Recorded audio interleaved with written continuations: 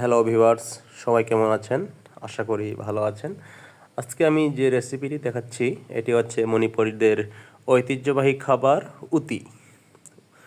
উতি মূলত এই বাঁশকুড়োল দিয়ে রান্না করা হয়। বাঁশকুড়োলের সাথে সাথে এখানে অনেক কিছু উপাদান দিয়ে রান্না করা হয়। বাঁশ শব্দটা হচ্ছে বাংলাদেশে এই শব্দটা বেশ সংবেদনশীল এবং নেতিবাচক উপমায় ব্যবহার করা হয়। বাঁশকুড়োল এর উপকারিতা: হৃদরোগের ঝুঁকি কমায়। বাঁশকুড়োলে রয়েছে উপকারী সব উপাদান যা দেহের কোলেস্টেরলের মাত্রা কমিয়ে দেয়, রক্তচাপ নিয়ন্ত্রণে আনে। তাহলে চলুন দেখা যাক কীভাবে রান্না করি আমরা বাঁশকুড়োল দিয়ে মণিপুরীদের ফেভারিট খাবার উতি। এভাবে কুচি কুচি করে ছোটো ছোটো করে পিস করতে হবে এবং সেটিকে ভালো রকম ধুয়ে নিতে হবে।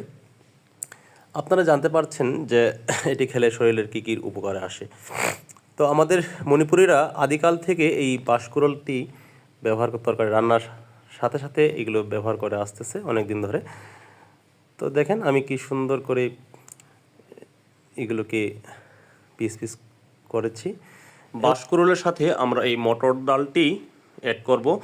মটর ডালে রয়েছে অ্যান্টিঅক্সিডেন্ট যেমন ভিটামিন সি ও ভিটামিন ই সমৃদ্ধ এই পুষ্টি উপাদান। এর সাথে সাথে আমরা অ্যাড করে নেব লেবুর পাতা, কচি পাতা। লেবুর পাতায় রয়েছে অ্যান্টিঅক্সিডেন্ট বৈশিষ্ট্যতা। পাতায় ভিটামিন সি থাকে যা শরীরের অ্যান্টিঅক্সিডেন্ট বাড়াতে কাজ করে। পাশাপাশি আমরা অ্যাড করে নেব কাঁঠালের বীজ। কাঁঠালের বীজে রয়েছে ভিটামিন সি, ম্যাগনেসিয়াম, পটাশিয়াম, ভিন্ন গুণগত মান ভরা যা শরীরের জন্য ভীষণ উপকারী।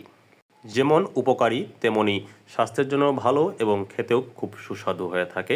আমরা এখন পানি হিসেবে ব্যবহার করব মাসকলাই ডালের গাছ যা ছাই পুড়িয়ে সংরক্ষণ করে রাখা, সেই পানিটি আমরা এখানে ঢেলে দিচ্ছি। এটা ছাড়াও আপনারা ব্যবহার করতে পারেন খাবার সোডা, এখানে মিক্স করতে পারেন।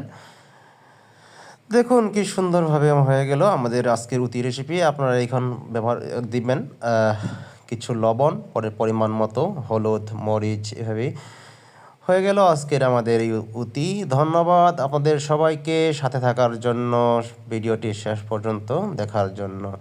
আপনারাও ঘরে নিজে তৈরি করতে পারেন মণিপুরীদের ঐতিহ্যবাহী খাবার উতি রেসিপি।